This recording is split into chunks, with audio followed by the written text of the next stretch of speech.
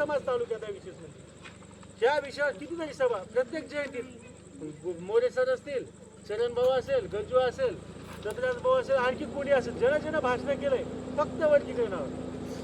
उपवर्गीकरणानं असं होणार आहे तसं होणार आहे 20 वर्षापासून बोलायला नाही लोक. आज एवढं सगळं शेवटची आता शेवटचा एकच ओव्हर शिल्लक आहे आणि तुम्हाला त्यातून 12 रन करायचे. त्याच्यासाठी तुम्ही दिसलं पाहिजे की नाही. बॅटिंग करायला तुम्ही सगळ्याच्या सगळे पोरं आता तिथं पाहिजे, बरोबर.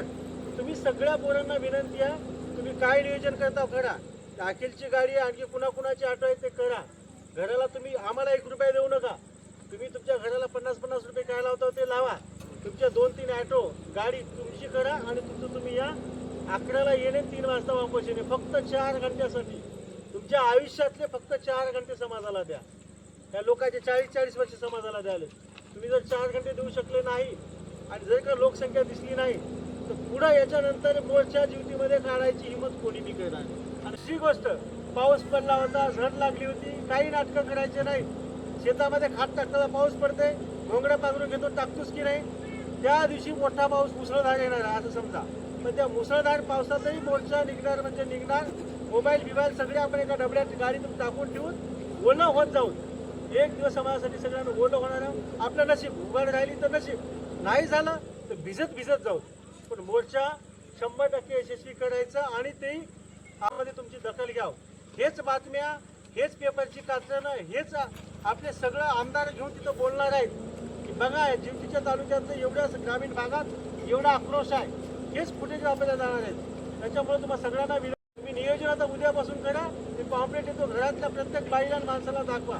त्या प्रत्येक बाई माणसाकडून त्याचं नियोजन करा आणि तुमची जबाबदारी आलं पाहिजे. येणार आहे अर्थात पळसगुडा या स्वाभिमानी गावामध्ये 18 तारखेच्या मोर्चाच्या अनुषंगाने आलेले सर्व मान्यवर यांच्या उपस्थितीमध्ये ही जाहिरात या ठिकाणी करत आहोत की दिनांक 18 तारखेला अर्थात एक गुरुवार जाऊन दुसऱ्या गुरुवारी जीवतीला जास्तीत जास्त समाज बांधवांनी येण्यासाठी आवाहन करीत आहेत प्राध्यापक गजानन गायकवाड. सर्वांना क्रांतिकारी जय लवजी. जय लवजी. मित्रांनो, आरक्षण उपवर्गीकरणाची जी लढाई आहे मागील 30 वर्षापासून चालू आहे. परंतु आरक्षण उपवर्गीकरणाची जी लढाई आहे ती आता शेवटच्या टप्प्यामध्ये आलेली आहे. आणि ही शेवटची लढाई आपल्याला सर्वांना तन मन धनाने लढायची आहे. आणि ही लढाई लढत असताना संपूर्ण महाराष्ट्रामध्ये मोर्चे होत आहेत, आंदोलने होत आहेत.